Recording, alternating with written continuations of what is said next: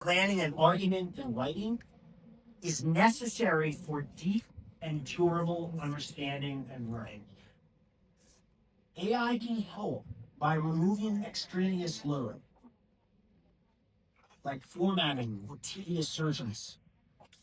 But if it reduces the essential struggle, like planning, evaluating, revising, and strategizing, it risks emptying the learning process of substance.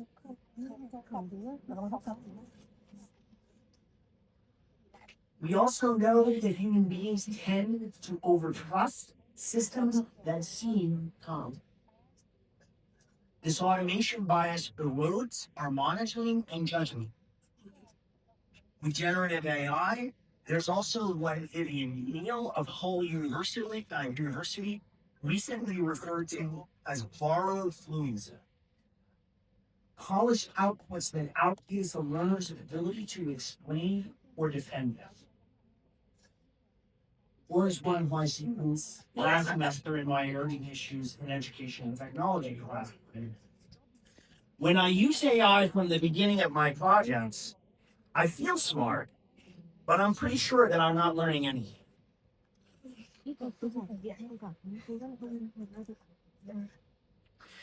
The danger of generative AI in education, then, goes beyond plagiarism or cheating. It's that we create the illusion of learning while undermining the struggles that make learning real, transferable, and transformative. When augmentation comes too early, it can lead to fragile understanding, placing students at a disadvantage later, especially in the unfamiliar or high-stakes situations. A related question that we have to ask ourselves here is this: why do learners choose to offload that struggle in the first place? Often, it's because the struggle itself doesn't feel valuable or meaningful or appealing. Our problem now isn't just to prevent offloading to generative AI. Rather, our problem is the same problem that we have always had as educators, which is to design learning that is so engaging and so purposeful that students want to take on these challenges and risks. They do not want to offload them to technology. Our job is to make the struggle worth it for us. This is how we support subjectification, the process of people developing their own voices and agency.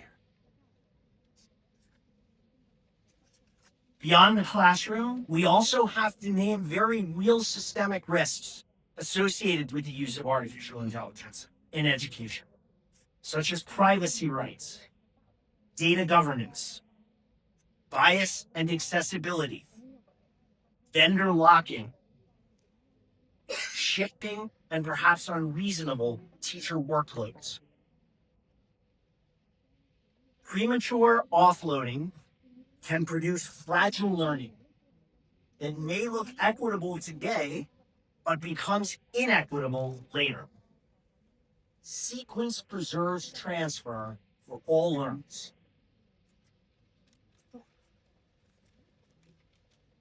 So, what do I suggest? How do we make AI a genuine partner in learning and not a ghostwriter? I propose calibrated augmentation. There's intellectual lineage here. From Doug Engelbart's call to augment human intellect in the 1960s, to Solomon and Perkins' argument for tools as partners in cognition that leave, quote, residue, or capability that remains when a tool is set aside. If a tool helps me write today, but leaves me no better a writer tomorrow, that's not learning. It's just performance without residue. Calibrated augmentation means staged readiness-based use of generative AI. It ensures that students engage in essential struggles first before using AI to extend their capabilities. Postpone AI until after unaided planning and self-explanation to increase residue. Readiness is evidence-based and moderated, not assumed.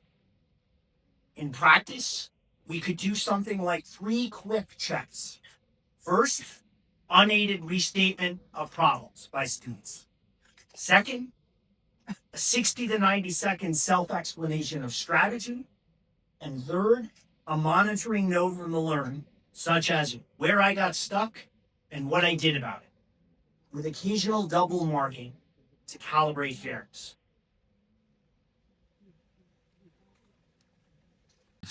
On 3 simple principles in my view: ground, gate, and go. What I mean by that is this: ground AI use in the purposes of the task, the course, or the field. Gate access based on evidence of readiness using observable indicators. And to govern so that humans set goals, judge outcomes, and keep process evidence. I suggest that this framework will help us translate principles into practice. Ground defines the purpose. Gate makes access contingent on evidence, not assumptions. And govern keeps human judgment visible through brief process evidence. It gives educators a repeatable head knack, offers students a fair path to using AI, and gives researchers and policymakers something that we can test and improve.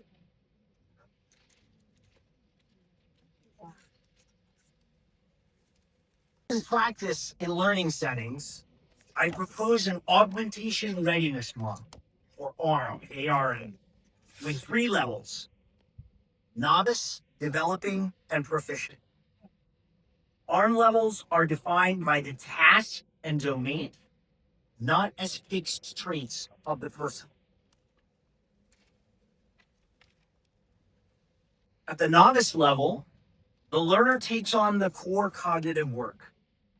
They define the problem and make an initial attempt. AI can offer limited guidance and support, perhaps in the form of a glossary or a hint. Readiness to move forward is demonstrated by whether the learner can restate the problem independently of AI. For instance, in algebra, the learner should identify a governing principle unassisted. Or in writing, they should draft a claim evidence reasoning outline before using AI. At the developing level, the learner has shown that they can work independently. Now, AI can be used as a tool, generating an example for critique or checking the strength of the argument, for instance. The human still retains control of revision and strategy choice. A readiness check might involve providing an accurate critique of the AI output and drafting evidence-based revisions. Finally, at the proficient level, AI can act as a co-planner and critical friend in the thinking process. The learner still controls goal setting and always has final authority. Readiness here is not measured by polished outputs, but by the ability to apply skills to new and unfamiliar problems. A readiness check could involve transferring skills to a problem and justifying when not to use AI. At this level, the focus is principally hierarchy. As I said, ARM levels should be task and domain specific, and GATE will look differently by field, profession, and developmental stage. Each discipline and profession will need to determine which indicators are valid and fair in their specific contexts. Hypotheses go on, and we need careful research so that policy and practice follow evidence, not news headlines. We need to address, in my view, 4 questions now. 1. Which readiness checks actually work across different fields and levels? 2. Does using AI after unaided planning lead to more transfer than using it before planning? 3. For educators and learners, what's the feasibility of running these kinds of readiness checks? And 4. How are outcomes likely to differ by accessibility needs and length? So this is what it means to calibrate augmentation in the area of generative AI in education. We don't ban tools, nor do we give our learners a free rein to use the tools as they like. But we sequence access so that each step preserves and extends human cognitive development.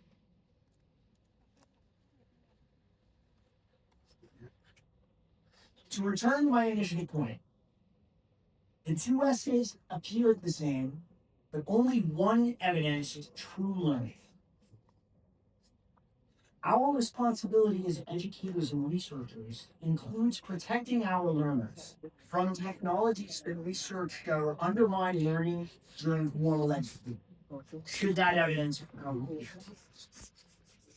But our ultimate is to help learners become the kind of people for whom these tools are genuinely augmented when they are ready. This is where education values qualification and socialization, and also the far more challenging work of subjectification. That's the harm. Formation first.